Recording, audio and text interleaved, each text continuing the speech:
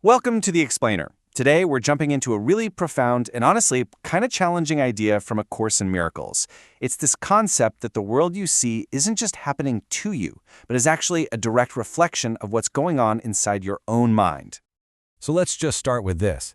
This one question really flips our whole idea of reality on its head. The Course is basically saying that everything you see outside of you, the good, the bad, the ugly, is just an outward picture of your inner state. It's a radical idea for sure, but stick with me because it's the key to unlocking everything else we're going to talk about. All right, so here's our game plan. We're going to start with this wild idea that the world is a mirror. Then we'll dig into the two competing thought systems that create what we see in that mirror. And finally, we'll get into the practical stuff, how you can actually choose which one you want to live by. Okay, Section 1. This is the foundation for, well, everything. The Course teaches that we are not just victims of circumstance. Not at all. It's more like our mind is a projector and the world is the screen. So whatever movie is playing in your head, that's what you're going to see out there. And this quote is where it gets really interesting, because it totally reframes our purpose in life. We think we're supposed to go out and fix the world, change all the things out there. But the Course says, nope, your real job is to change the thoughts you have about the world. The whole game shifts from outer action to inner perception. So if the world is just reflecting our thoughts, then you got to ask, where do all the messed up thoughts come from? The conflict, the fear, the feeling that there's never enough? Well, the Course traces all of that back to one single core belief system it calls the ego. At the heart of the ego is this brutal idea, the one or the other principle. It's the belief that life is a zero-sum game. For me to win, you have to lose. For me to get a piece of the pie, I have to take it from you. It's the fundamental logic of scarcity and competition. And here's how the ego builds its case, step by step. It's a whole chain of faulty logic. It starts with this thought: to be me, I have to be separate from everyone and everything else, from oneness. The ego sees that as an attack on oneness, a sacrifice of God. That, in turn, creates this massive, deep-seated guilt. And then, what do we do with all that guilt? We project it outward. We literally create a world that looks just like our inner drama, a world full of attack, sacrifice, and punishment. Okay, so that's the problem. It's a pretty bleak picture. So what's the solution? If the ego's world is built on guilt, the Course offers a way out. And it does it by completely redefining a word we think we know: holiness. Now this is so important. Holiness, in the Course, has nothing to do with being pious or acting good. It isn't something you do, it's a state of mind you simply accept. It's the recognition that you were never actually separate to begin with. It's just remembering that you're already whole. And when you identify from this place of holiness, the whole engine of the ego just shuts down.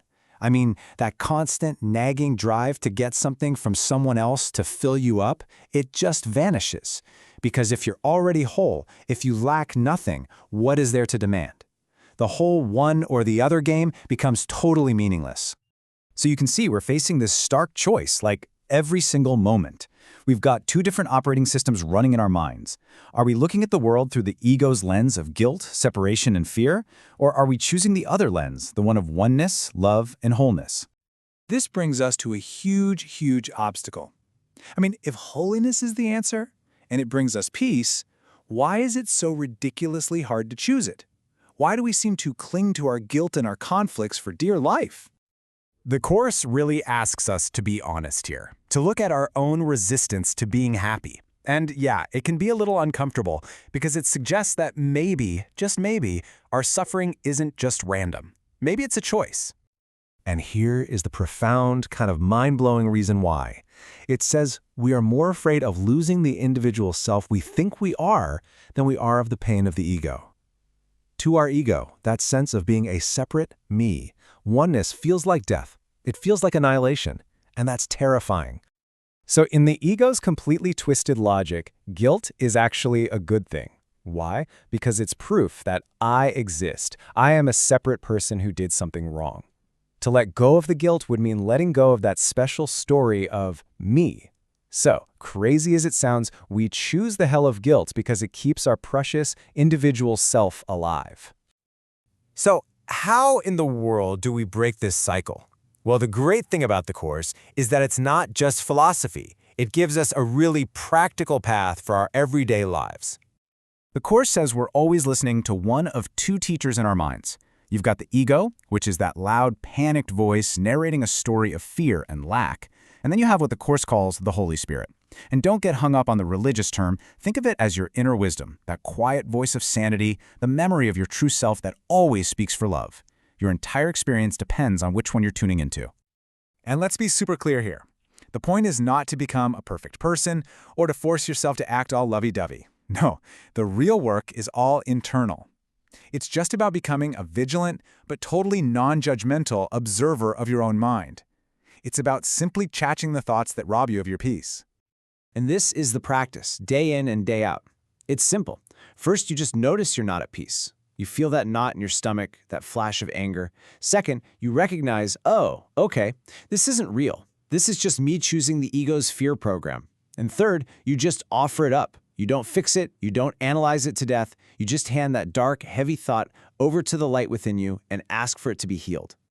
This quote just sums up the whole journey perfectly. It's not a quest to find something that's missing. Love is already what you are. The whole practice is just about taking things away, finding and dismantling all the mental barriers, all the fearful thoughts that you've built up that block you from experiencing the love that's already there. So in the end, the Course teaches that changing the world is an inside job. It's that simple. By choosing to heal your own perception, by choosing to see with love instead of fear, you actually bless and heal the entire world that you project. So the question it leaves us with is, what thoughts are you going to choose to save your world with today?